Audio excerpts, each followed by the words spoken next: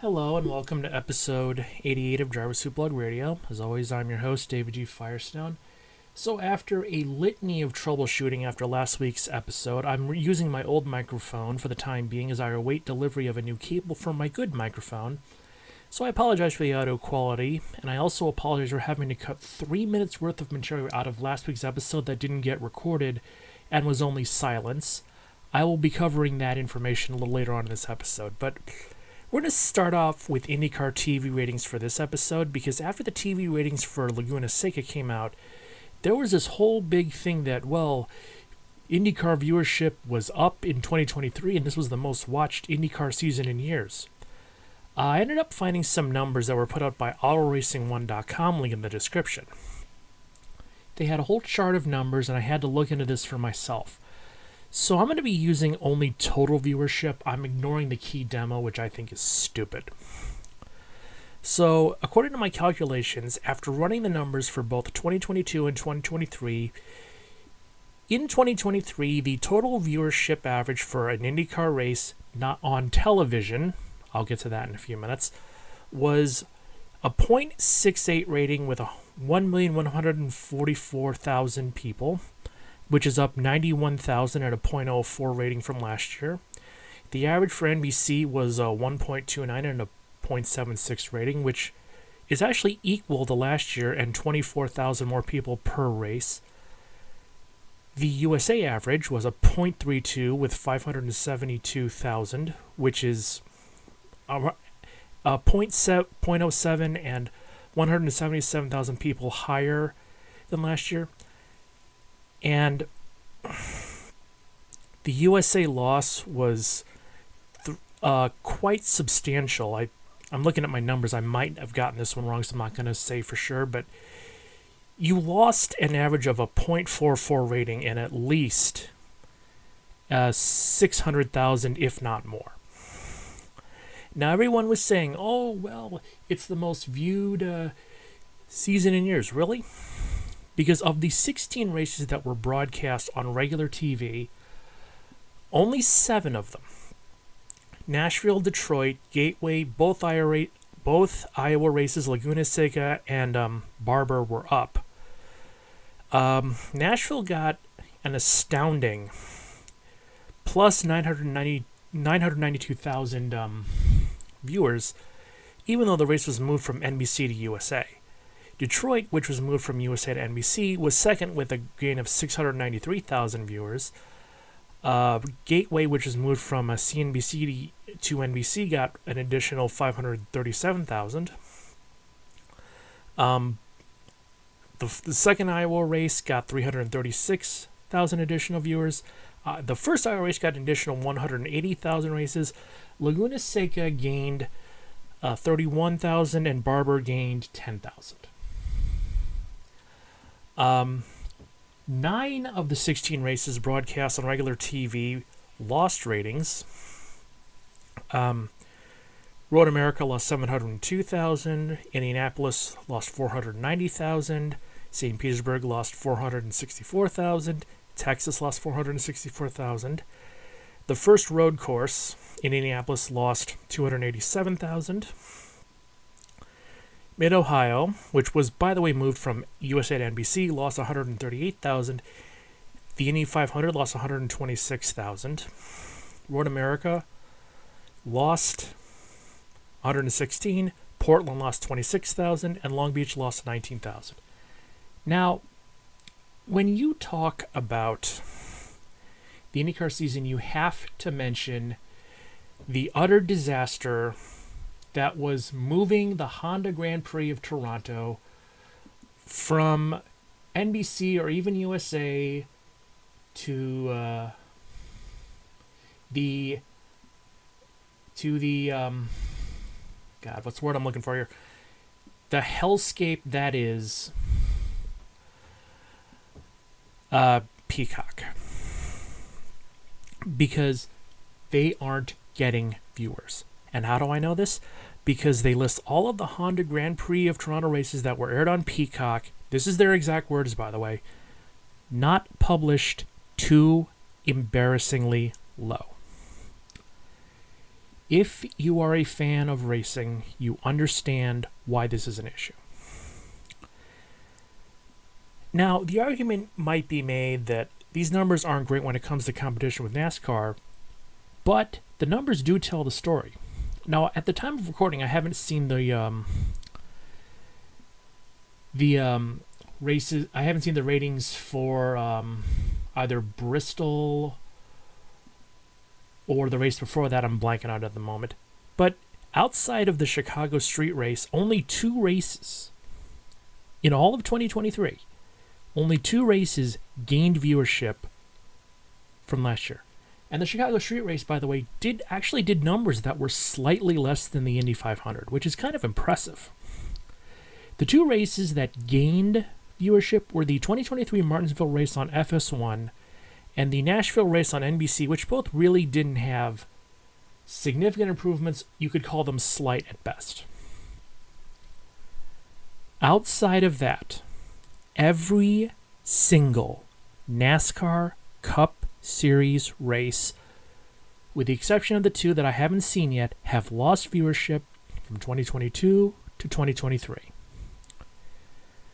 Going to ask this question here. Is it a turning point for racing viewers? Are more viewers going to turn away from NASCAR to IndyCar? Or even other forms of racing? Because it's very much possible. Think about this. Between the numbers that both IndyCar and Formula One are doing in the U.S. market currently, it seems that way. Now, there is some debate about whether or not F1 is peaked in America. But it is looking more and more like it's going to be a possibility in terms of ratings. Now, Laguna Seca did terrible numbers in terms of being on NBC, but the NFL is the television-dominant sport in the United States. And anytime the NFL is running a weekend, it's going to take viewership away from NASCAR. That's just the way it is. But there's a lot of forms of racing outside of NASCAR where TV ratings are improving. You see this with IndyCar, you see this with Formula One, you see this with the NHRA. And outside of the 3 races that I discussed previously, nothing in NASCAR is moving upwards in terms of ratings. This is going to be a critical issue because there's a lot of ongoing discussions about the future of NASCAR broadcasting. Who's going to sign? Where are they going to sign? And I think NASCAR fans are worried, and justifiably so. If they're not worried, they should be. We haven't heard anything about these future upcoming deals, but I can tell you right now, if you're not into streaming, good luck. Okay, I'm done with numbers. I need to take a break because these numbers are all too complexerized for a boy like me, so I'm going to take a break, and we'll discuss the racing news next.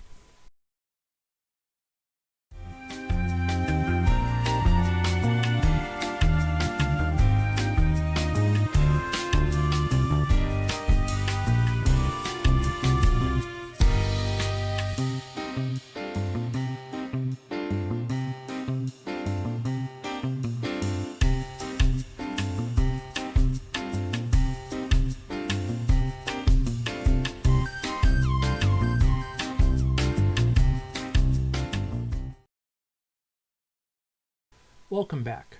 Due to the aforementioned technical issues, I had to edit out some other stuff from the podcast last week. I was really annoyed by this. I'm still sorry about it, and I'm going to cover... I had one story that I was going to talk about a bit more in depth then, but it actually worked out to my favor because it's gone in a lot of different directions since then.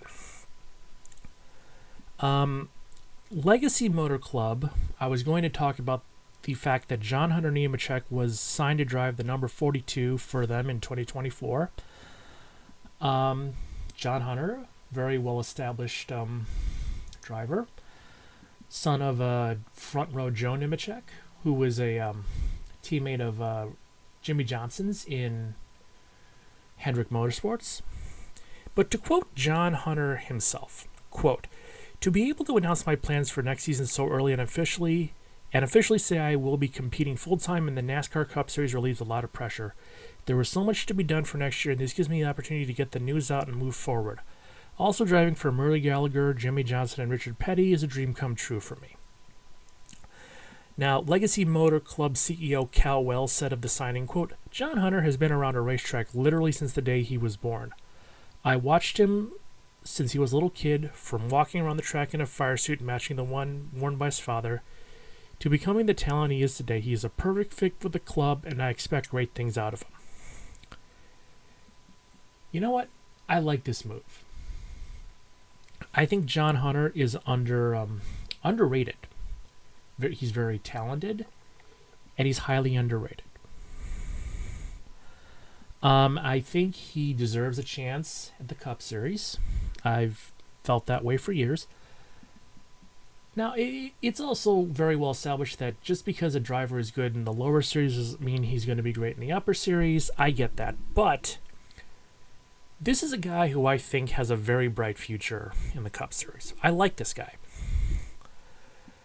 Now, Jimmy Johnson of Legacy Motor Club was profiled on a story on the Associated Press's website, link in the description. Obviously, the Noah Gragson situation came up, and he was asked about the way the situation was handled, and he said, and I'm quoting, he 100% resigned, and it surprised us because that's not what we anticipated. I've stayed in contact with Noah and speak to him pretty regularly, a couple times a week. He's on the path to NASCAR's reinstatement process. I'll get to that in a few minutes. And he's working on himself, and I think he's really found some personal growth. He and his family shared with us that he wanted to step away, and that's what he's done. Again, I'll get to the whole Noah Gragson thing in a few minutes, but I kind of don't think he had any other choice in the matter, to be honest with you. I mean, he can say that. He can say all he wants that, I resigned to make myself better. But when you're suspended indefinitely and you have a full-time ride, there's no other way to... You're either resigning or you're fired. There is no middle of the road here. Now, we'll get to... Now, the article also went to say, and I just want to point this out really quickly, that Jimmy Johnson and his family have moved to the United Kingdom. And again, they said this. He said that this was temporary, but you never know; it could always be permanent.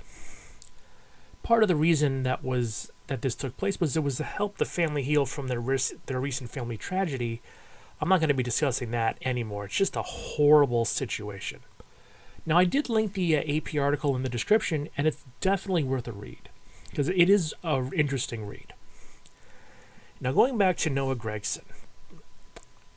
This is what happened after I had finished recording for that particular episode.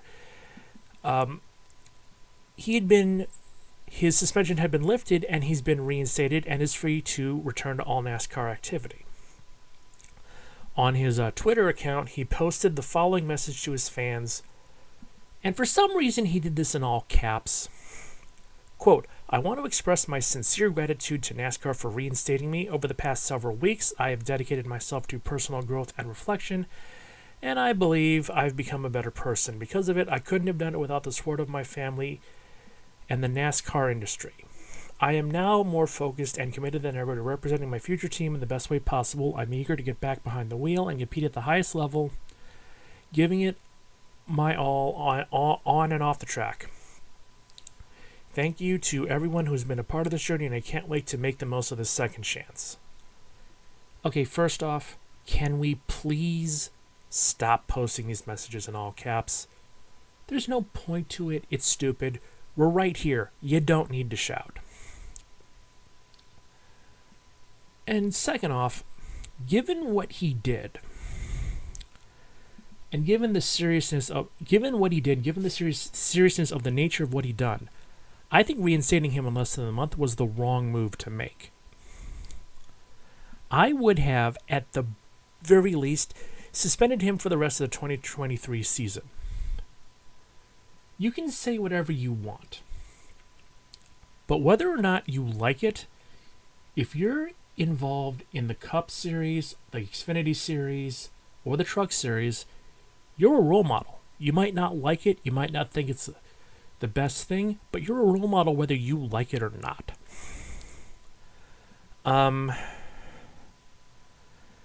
And you should be held to a higher standard. I'm sorry, but the star athlete should be handled to a higher status. The very popular singer should be held to a higher status. The Hollywood actors should be held to a higher standard because you're role models. You might not like being role models. You might not think it's the best thing you could be, but realistically, you're a role model. Deal with it. You're in a privileged position, so the rules are going to be more strict. That's the way it should be. And speaking of which, we're going to be discussing the upcoming Charlotte Roval race. At the beginning of the 2023 season, it was announced that at road courses, the stage breaks at the end of stages would be eliminated.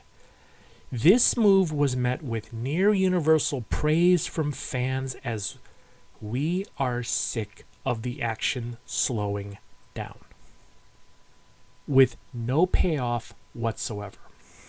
Okay? The races were fun, and they were better, and they were worth watching. The fans were loving it. And leave it to NASCAR to do something that the fans love and just screw it up for no reason. According to NASCAR.com, link in the description, quote, at the previous 5 road course races for the Cup Series and select events and other national series this year, the green checkered flag waved to signify the end of stages and championship points were still awarded, but racing continued under green flag positions. In the last 2 road course races for the Cup Series, Indianapolis and Watkins Glen, only 1 caution period slowed the action, and drivers noted the physical demands of long green flag racing without brakes. Drivers noted the physical demands of long green flag stints without brakes. Are you freaking kidding me? You're race car drivers. If you're a professional race car driver, there are times you're going to have to race for long periods of time without brakes. That's the nature of the sport. I've been a fan since the 1990 Daytona 500. I didn't hear drivers back then whine about racing for long periods without a brake. What kind of weak-ass shit is this? It's part of the nature of the race. If you're not capable of racing for long periods of time, don't be a race car driver. There are plenty of other jobs you could do where you don't have to drive for long periods of time. Believe me. This is an issue that it boggles me to no end. You're race car drivers. You've worked your entire life to get to this point. You've accomplished the dream of 99.99% of drivers and fans want to but could never do. You've made it to the top echelon of stock car racing. Guess what? Now you've got to push yourself even harder. Sometimes you have to race for long periods of time, and if this is an issue, then just blow me. I'm sorry. If you don't want to race for long periods of time, don't be a race car driver. You've earned a privileged position at the highest level of the sport you want to do. You worked your whole life to get to this point. Guess what? You're not on Easy Street. You're still going to have to earn your fucking place here. Get a real job if you're not happy then. I'm so sick. If you think that... I understand that racing is a difficult sport to do, and you need to be as physically and mentally fit as humanly possible. But guess what? It's racing. And I can tell you that for every driver who complains about it, there's another driver waiting to take their place. If you don't like where you are, someone else will be more than happy to step up. This one boggles my mind for a myriad of reasons. But you know what? I'm gonna just take a step back, take a few deep breaths. I'm gonna take my second break, and then we're gonna talk about some bad ideas, because I've been wanting to do this for a while. I'll be right back.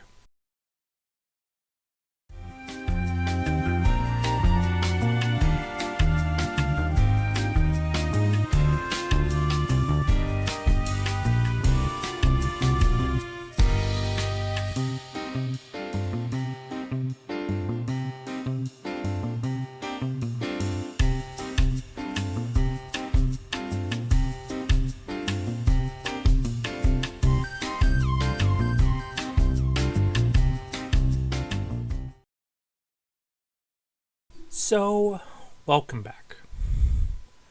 We're going to do something a bit on the light side for the final segment today. Over the last few weeks, I've seen a number of news stories, and when I read about them and I read about the end results, I can only aspire to ask, how else did you think this was going to end? Because I'm going to discuss a few of these stories. We're going to start with the story of Patrick Spina IV. Patrick Spina IV is a business owner from Absecon, New Jersey. Absecon. Absecon or Absecon. He's from New Jersey. What business is he in exactly? Well, it's never really made clear. What also wasn't clear are a number of pools in the area Mr. Spina lives in, and there was an actual reason for that. Mr. Spina, presumably as a joke, was flying his drone around his area dumping green dye into pools. Now, these particular dyes were actually very harmful to the pools and caused significant damages. Well, how did he get caught? Well, because we live in an Orwellian time of our lives, he was discovered because somebody saw his drone flying over the pool and dumping the dye, reported to the police. The FAA got involved and used their info to track down the drone back to Mr. Spina IV. He has been arrested on a number of charges, faces a number of very serious fines, and he's also pretty much going to lose his drone registration. I have no idea how he wouldn't. But it's like, what did he think he was going to accomplish? I can understand if he was in a pool repair business, and this kind of thing would be drumming up more business. And in that case, he would almost be a genius. He would almost be a genius.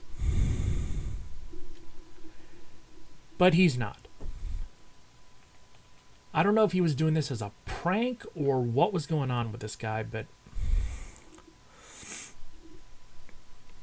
you never know. It's New Jersey. Now, our next story features a guy by the name of Reza Ray Bellucci, who dreams of sailing from Florida to England. Yes, Florida will be making it onto this list. Why wouldn't it? Well, like a lot of people, Mr. Bellucci built a boat to sail. Actually, he didn't really build so much as a boat. He threw together what was termed a quote-unquote hydropod for the task of going from Florida to England.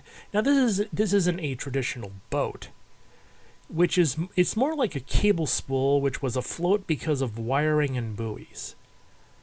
He put a bunch of buoys into a giant wire cable spool and then got into it and was going to go as a human-powered hamster wheel. Now, as many Florida men do, they don't exactly take into account a lot of things that could go wrong with this, and Mr. Bellucci decided that doing this in the lead-up to a hurricane would be a good idea. He was going to run his human-powered hamster wheel from Florida to England. Well, the Coast Guard was a lot less than impressed because it took them a total of 5 days to find this guy and bring him ashore. He got arrested, and he's being charged criminally. And I actually think that that's not the right move. They should just let him go. Let him go. Something was going to go wrong. He was going to sink. So long, good luck. I mean, how else did either one of these two think that this whole thing was going to end? Now, speaking of how else do you think this is going to end, we're going to switch to the NHL. Because I just saw this story as I was writing the script for this. And, well, you'll see. So, recently, the NHL has been open to expansion. Okay, nothing wrong there. For some strange reason, the NHL is open to an expansion team in Atlanta. Now, for those of you who don't know, there have already been two NHL teams in Atlanta. The first one was the very short-lived Atlanta Flames, which lasted a grand total of 8 years from 72 to 1980. Then they moved from Atlanta to Calgary. In 1999, the Atlanta Thrashers debuted, and they lasted a little longer until 2011 when they moved to Winnipeg, Manitoba, Canada. So, in the district of Alpharetta, with a new proposal for an entertainment district in Alpharetta and South Forsyth County in Georgia, they went to the NHL, and NHL Deputy Commissioner Bill Daly said to ESPN, and I'm quoting, I think some of the challenges we've seen in the past Atlanta can be overcome. So not having a fan base can be overcome? All right, bold strategy, Cotton. Let's see how that one works. Having said that, particularly with the success of the Vegas and Seattle expansions, there are a lot more people who want to own pro hockey teams. Okay, here's why the Seattle and Vegas expansions worked. Seattle was in a thirsty market because Seattle is a lot more of a hockey market than Atlanta was. Vegas might not be considered a hockey powerhouse, but they were a powerhouse right out of the gate. That's how they got a fan base. They almost won the Stanley Cup in their first year of existence. Atlanta has tried and failed twice with NHL teams. I have little to no confidence that this third Atlanta-based team would work based on previous evidence. And I'll even go you one better. Because if you think about it, what's the one state that doesn't have an NHL franchise that you would think would be perfect for one? I say Wisconsin. Wisconsin is a hockey market. They have a pretty big fan base. You could also make the same thing. I would also say the Dakotas would be well too. There's a lot of northern cities that have deep-seated hockey fan base, deep-seated hockey traditions that don't have NHL teams, and it's just like, why? The Dakotas would work. Wisconsin would work. Why don't they have them? It just makes no sense. If I could I'm trying to wrap my arms around why you would fit a new hockey team where it's tried and failed twice, but yet you've got three potential markets that are very hockey thirsty that you're just saying, nah. You could even do Alaska. I guarantee you'd get a fan base there. Okay. Now I've been saving this one to last because this is one of a very select set of bad ideas where they take a good idea and just ruin it for no reason. So, one of my Facebook friends, who will remain nameless for the purposes of this story, recently posted that she took her kids to a silent disco in her area. Now, I hadn't heard of this before, and for those of you who don't know, a silent disco is like a dance or like a block party where the attendees are issued headsets. The headset in question is either Bluetooth wireless or pre-programmed with a playlist of music.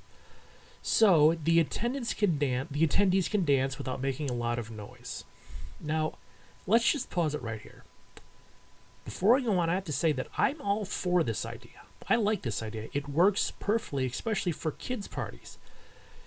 The little kiddos can dance to their heart's delight without fear of noise complaints, and parents can have a nice quiet chat over some Chardonnay or cold IPAs in peace. And I live in a white subdivision, and we're having our annual block party on Sunday. So, yeah, I'm going to be seeing a lot of that. But anyway, if your child has sensitive ears or is autistic and can't handle loud noise as well as other kids, they can turn down the volume in their headset. This, I think, is a great thing. And I love this idea. I'm actually kind of surprised there aren't more of them in this area. With every great idea, however, comes improvements. And taking a great idea is like digging for treasure in your backyard. Rarely you'll strike gold, most times you'll strike a gas line. In this case, The silent disco my Facebook friend took her kids to was being held at a library and was strange, to say the least. I will read the description from their Facebook page. I'm not going to say who did this or where it was held because I don't want to get sued. Silent disco. Duration, 3 hours and 30 minutes. Join us in the fenced area for an all-ages plus dance party. An all-ages dance party. What is so silent about disco? Dancers are wearing headphones programmed with different playlists so only you hear the music you're dancing to. Get your tickets at the desk starting at August 17th until they're gone. And I said plus because I made a note here that plus means ages 12 and under must be accompanied by an adult. This might be the most needlessly overcomplicated idea for a dance party ever. So this venue doesn't have the money for a live DJ, so they give out kids headsets with a pre-programmed playlist. Okay, fine. But got no problem with that. That's a good move. It's a good move provided that everybody has the exact same playlist. Why is this an issue? Well, picture in your mind a dance floor filled with, like, say, 25 kids. Every single one of them is dancing to different music, all at the same time that nobody else can hear. I've been to a few clubs in my time. Dance floors are chaotic even when everybody's listening to the same song. Just the visual of 25 kids each dancing to a different song at the same time in the same place is just odd. But it's also pointless from a logistical standpoint. It doesn't make sense. Why does every headset have to have a different playlist? Someone explain this to me. Are they the same songs in a different order? Are they all different songs? Can you choose what genres of music you want to listen to? I have so many questions here. And this is not a the preparation time is an issue here because the one aspect of this that's amazingly dumb is that everybody has a different headset with different playlists. Somebody has to program all of that. It's not like it's not like this is Bluetooth wireless. Every single headset has a pre-programmed playlist into it. Even if you were doing this with the same playlist, that would make sense because A, everyone's listening to the same song, and B, it cuts the prep time down. I want someone, and I don't care who, to explain to me what the benefits are to every single kid having a different playlist could be, if there are any. Now, this is in a different time zone from where I was, and I really don't like being around people if I can avoid it, and I really don't like kids. But I almost wanted to go just to see if they were serious about this and how it worked out. This sounds almost like a prank or a social experiment. Because it would be a great prank if you told them all that they were all dancing to the same music, but then had different playlists. That would be like a good, candid camera thing. But again, the visual of 25 kids on a dance floor, each dancing to a different song that nobody else can hear. Just picture that in your mind, and you'll understand why I'm completely perplexed by this. I mean, on the one hand, I do like the idea of giving kids something to do on a Saturday night instead of just staying at home. Okay, fine, got no problem with that. But this whole thing makes no sense, and it goes on for 3.5 hours. There's no kid's going to last the entire time unless they're sugared up with Mountain Dew. Mountain Dew, Red Bull, and Red Vines. It just isn't thought out well, and it makes no sense, but I'm going to be honest with you here, in this world, nothing really does make sense. With that, episode 88 crosses the finish line. I'm David G. Farson. Leave a like, comment, share, and subscribe. I will see you next week with episode 89.